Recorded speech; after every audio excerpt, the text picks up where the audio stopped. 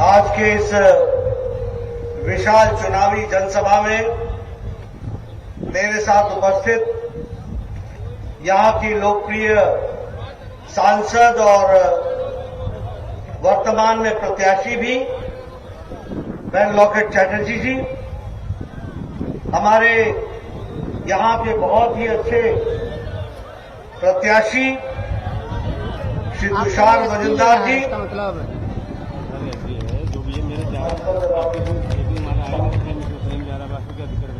हमारे वहाँ रख लेते तो सारा कुछ प्रदेश के महामंत्री और पुरुलिया के सांसद श्री ज्योतिर्मय महतो जी, हाँ तो तुरंत जैसे ही खत्म होंगे हमारे गौतम चैटर्जी जी जिला के अध्यक्ष, श्री अजय कोरी जी मंडल के अध्यक्ष, और यहां उपस्थित जैसे खत्म होगा आपको इतनी बड़ी संख्या में आए हुए माताएं, बहनें, बुजुर्ग, नौजवान साथी और मीडिया के मेरे साथी, प्रिंट मीडिया और इलेक्ट्रॉनिक मीडिया के मेरे साथी,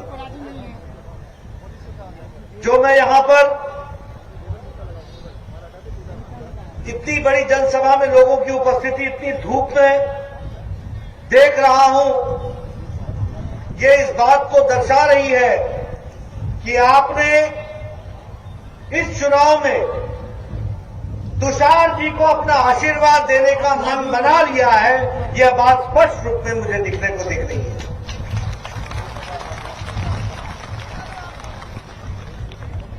हमारे जब मैं यहां आया हूं तो सबसे पहले तो मैं तारकेश्वर मंदिर के भगवान शिव को नमन करता हूं। आपसे क्या बोला था? उसी तरीके से हमारे भारतीय पुनर्जागरण में हमारे महान नेता राजा राम मोहन राय जी को भी नमन करता हूं, और साथ ही साथ अभी अभी जो होली का पर्व हुआ है उसके लिए आपको होली की शुभकामनाएं भी देता हूं। मित्रों, यह जो चुनाव है यह विकास की एक नई कहानी लिखने की चुनाव है। यह चुनाव नए विश्वास और नए उमंग के साथ मेरे को एटीट्यूड देना है, असूल परिवर्तन करने का संकल्प लेने का चुनाव है। इसके पास ही खड़ा हूं। और ये चुनाव भ्रष्टाचार मुक्त पारदर्शी भारतीय जनता पार्टी की सरकार बनाने का चुनाव है। इसको हमको समझना चाहिए। ये गरीबों की मुस्कान लाने वाली चुनाव है। ये किसानों को समृद्ध बनाने वाला चुनाव है। ये युवाओं की आकांक्षाओं को पूरा करने का संकल्प लेने का चुनाव है।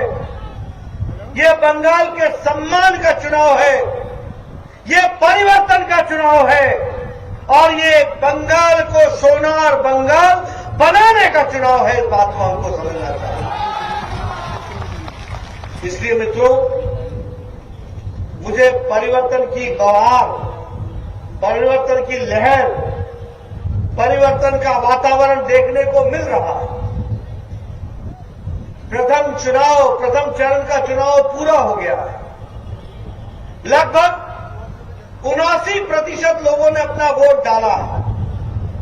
और जब 79% वोट बंगाल में, जहां ममता जी ने भय का वातावरण बनाया था, जहां ममता जी ने आतंक का वातावरण बनाया था, जहां टीएमसी के गुंडों ने प्रजातंत्र को दबाने की कोशिश की थी, वहां अगर चुनाव में 79% लोग वोट डालते हैं तो ये तय हो जाता है कि बदलाव करने का बंगाल की जनता ने संकल्प ले लिया है। उस बात को हमको समझना चाहिए।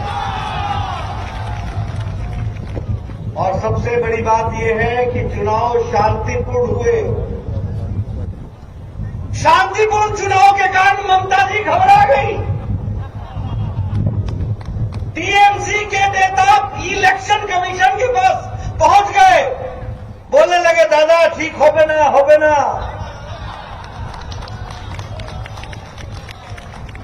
ভালো হবে না, খেলা শেষ हो गए थे, खेला शेष।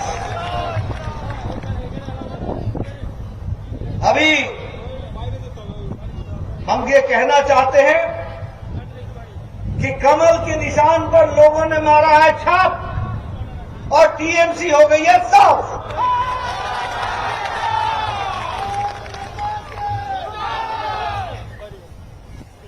अब चुनाव के अंदर बड़ी बातें आती हैं और हमारे मीडिया वाले भी बहुत बहुत तरीके से चुनाव को रखने की कोशिश करते हैं। कहते हैं कि ममता जी ने चुनौती स्वीकार की और ममता जी को ने घेरने की कोशिश की। अरे एक बात बताओ, भवानीपुर छोड़ करके नंदीग्राम ममता जी आई या शुभेंदु गया था भवानीपुर? आप बताओ, मुख्यमंत्री अगर अपने मंत्री से लड़ने आ जाए तो बड़ा कौन है ये बताओ? आप लोगों से बात किया, इधर आओ यार, आपको कैमरा में क्यों चिपके हुए यार? हट के बात। बड़ा नेता कौन है? रिकॉर्ड चल रहा है ना, आपका लाइव चल रहा है। बड़ा नेता कौन है? अपने आप जवाब दे रहे हो। और ये याद रखना कि अभी रुकेंगी नहीं। ममता जी नंदीग्राम में हार रही है।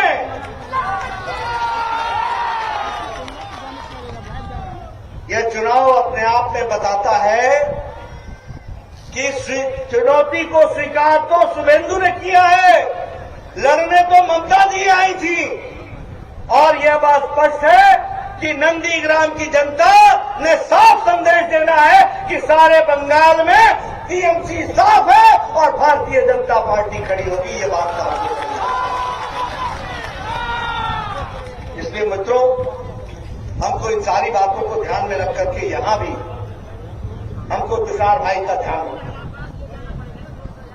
जब हम तुषार भाई की बात करते हैं तो मैं यहां जब आया हूं तो मैं इसकी भी चर्चा करूंगा आपसे। यह इलाका जो जूट इंडस्ट्री के नाम से, जूट क्या व्यवसाय के नाम से जाना जाता है, यह इंडस्ट्रियल बेल्ट है। लेकिन यहां ममता जी के राज में 80 में से 60 में से 39 जूट की इंडस्ट्री बंद है। क्या मैं सच बोल रहा हूं? क्या मैं सच बोल रहा हूं? 10 साल राज किया, 60 में से 39 बंद। अब तो टीएमसी का भी खाता बंद, टीएमसी का भी खाता बंद। उसी तरीके से यहां के मजदूरों को कोई प्रोविडेंट फंड नहीं, कोई मिनिमम वेजेस की लागू नहीं किया गया। ये तो हमारी सरकार थी जिसने वीट के लिए जूट के बैग्स को परमिट किया, शुगर के लिए जूट के बैग को परमिट किया और कोशिश की कि जूट के बोरियों में यह पैकिंग हो ताकि यहां की इंडस्ट्री चल सके। इस तरीके का प्रयास हुआ है। मित्रों, रिसरा की हेसिंग जूट इंडस्ट्री बंद हो गई, चापदानी की ब्रुक जूट इंडस्ट्री बंद हो गई और यहां सस्पेंशन हो गया काम का। लगभग 10,000 मजदूर बेरोजगार हो गए। ममता जी कहती थी कि मैं डनलप इंडस्ट्री को लात मार करके खुलवा दूंगी। बोला था कि नहीं बोला था? बोला था कि नहीं बोला था? 10 साल गुजर गए, कहां चली वो लात और कहां खुला वो दरवाजा? वो समय गुजर गया। उन्होंने जनता के साथ धोखा दिया। अब समय यह है कि आप ऐसी पार्टी को सबक सिखाइए और भारतीय जनता पार्टी का कमल खिलाइए। यहां से तुषार को जिता करके भेजिए। इस बात के लिए हमको संकल्प लिया।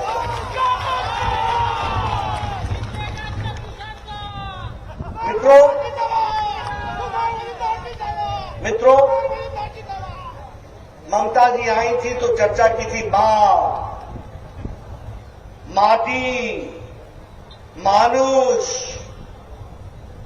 मां का जो हाल किया वो तो आपने देखा ही। आदरणीय शोभा मजुमदार जी के साथ जो घटना घटी, अपने बच्चे को बचाने के लिए उनको जान गंवानी पड़ी और एक शब्द नहीं निकला टीएमसी से। ये माता की रक्षा हुई है क्या? जब मैं माटी की रक्षा कहता हूं तो क्या माटी की रक्षा की? क्या माटी के सपूतों की रक्षा की? क्या? और जब मैं मानुष की बात करता हूं, तो क्या यहां पर लॉ एंड ऑर्डर, क्या यहां पर राज्य में कानून ये चला क्या? भारतीय जनता पार्टी के 130 लोग मारे गए, 130 लोग। ये क्या है? मां माटी मानुष। इसके बदले ममता जी ने क्या पकड़ा? टोलाबाजी, कोटमनी, तुष्टीकरण, ये काम इन्होंने पकड़ा है। बताओ, इनको जवाब देने की जरूरी है कि नहीं है? तानाशाही को जवाब देना है कि नहीं है? तानाशाही को जवाब देना है कि नहीं? टोलाबाजी को जवाब देना है कि नहीं? मित्रों, हम लोगों को ये चुनाव इस संकल्प के साथ लड़ना है कि आने वाले समय में एक भ्रष्टाचार मुक्त बंगाल होगा, एक बढ़ता हुआ बंगाल होगा, एक विकास का बंगाल होगा, एक तानाशाही समाप्त होने वाला बंगाल होगा, एक टोलाबाजी को जड़ से समाप्त करने वाला बंगाल होगा। ऐसा बंगाल का हमको संकल्प लेना है। अभी कहा गया, ममता जी आजकल कहती है कि हम गरीबों में अनाज देंगे, अनाज बांटेंगे। कहा कि नहीं कहा? कहा कि नहीं कहा चुनाव में? अरे जब मोदी जी ने कोरोना में 5 किलो चावल, 5 किलो गेहूं, 1 किलो दाल ये देने के लिए मार्च महीने से नवंबर महीने तक की बंगाल की व्यवस्था की, तो टीएमसी के कार्यकर्ताओं ने क्या किया? क्या किया? चाल चोर के, चाल चोर के। ये चावल चोरी करने वाले लोग आज अनाज बांटने चले हैं। ये लोग जो लोगों का हक छीनते थे, वो आज हक दिलाने चले हैं। मित्रों, ये चुनाव में इन सारी बातों को हमको समझना हमारी आवश्यकता है, जिसको हमको ध्यान में रखना चाहिए। अभी मैंने शोभा मजूमदार जी की चर्चा की। कहती थी कि मैं बंगाल की मां बहन हूं, मैं बंगाल की बेटी हूं। आप कैसी बंगाल की बेटी है जिन्होंने बंगाल की माता की चिंता नहीं की, बेटी की चिंता नहीं की? शोभा जी को अपनी जान गंवानी पड़ी बेटे को संभालने के लिए, बेटे को जान बचाने के लिए। इतना ही नहीं, बंगाल महिलाओं के किडनैप में नंबर 1 है। बंगाल एसिड के अटैक में, बहनों पर एसिड के अटैक पर नंबर 1 है। बंगाल अटेम्प्ट टू मर्डर में सबसे आगे है। बंगाल अनसॉल्व्ड मिसिंग केसेस में सबसे नंबर आगे है। बंगाल में डोमेस्टिक वायलेंस, महिलाओं के साथ अत्याचार 35% बढ़ा है। बंगाल में पार्क स्ट्रीट की घटना घड़ी, कोई उसमें अरेस्ट नहीं हुआ। उसी तरीके से कामदूनी में घटना घटी, उसमें भी कोई पुलिस एक्शन नहीं हुई। 2 ट्राइबल गर्ल्स के साथ जलपाईगुड़ी में रेप हो गया, कोई उस पर एक्शन नहीं हुआ। ये सब चीजें बंगाल में ही घटी है। मैं ये इसलिए कह रहा हूं कि मां माटी मानुष कहने वाले लोग, बंगाल की बेटी कहने वाले, बंगाल की बहन कहने वाले, बंगाल की मां कहने वाले, बंगाल की दीदी कहने वाले, उन्होंने बंगाल की बहनों की क्या चिंता की? और आज मैं जनसभा में देख रहा हूं, पुरुषों से ज्यादा महिला शक्ति यहां पर उपस्थित है। ये बताती है कि बंगाल की महिलाओं ने तय कर लिया है, कमल खिलाना है और टीएमसी को साफ करना है। ये बात तय हो चुकी है। तुष्टीकरण, मुझे कोई आपत्ति नहीं है, आप मुहर्रम में लोगों को छूट दो, ठीक है।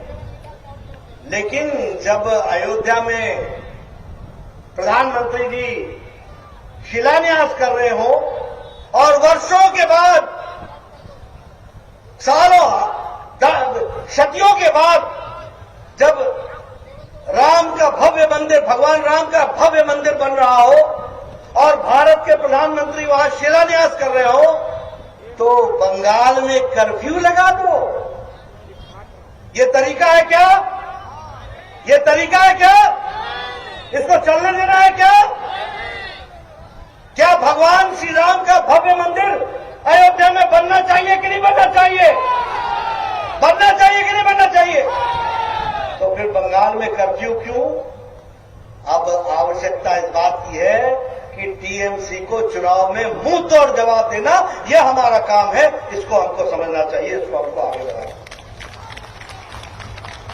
दुर्गा पूजा के विसर्जन पर रोक, सरस्वती पूजा पर रोक। इस साल मैंने देखा कि टीएमसी के कार्यकर्ता बड़े बढ़ चढ़ करके सरस्वती पूजा मना रहे थे। अरे इस साल तो मनाने लगे, 4 साल कहां थे? अब तो ममता जी भी वो चंडी का पाठ कर रही हैं, तो पहले क्यों नहीं किया? अब क्यों याद आए? अब इसलिए याद आए कि बंगाल की जनता ने बता दिया है ममता जी का जाना तय है, भारतीय जनता पार्टी का आना तय है। इस बात को भी हमको ध्यान रखना है। दिल्ली में बाटला का कांड हुआ,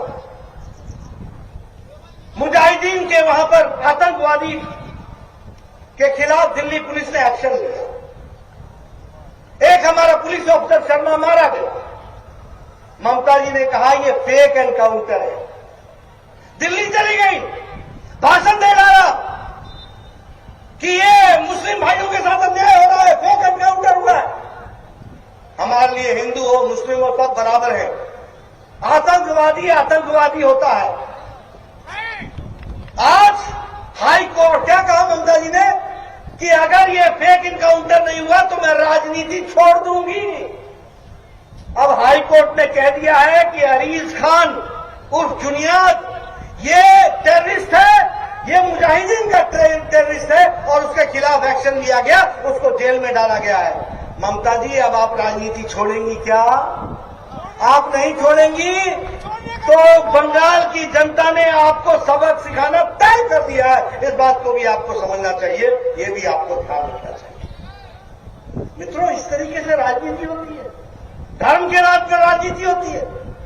देश में द्रोही को पनाह देने के लिए धर्म का सहारा लिया जाता है क्या? इस तरीके से लोग राजनेता बनेंगे? इस तरीके से एक प्रदेश का मुख्यमंत्री को इस तरीके से बर्ताव करना चाहिए क्या? इन सारी बातों का हम लोगों ने हिसाब लेना है और वो चुनाव में हिसाब देने का समय आया है, ये मैं आपसे निवेदन करना चाहता हूं। मित्रों, जब हम बंगाल की बात करते हैं तो हम यह भी बताना चाहते हैं कि बंगाल को मजबूती प्रदान करने का काम मोदी जी ने किया है।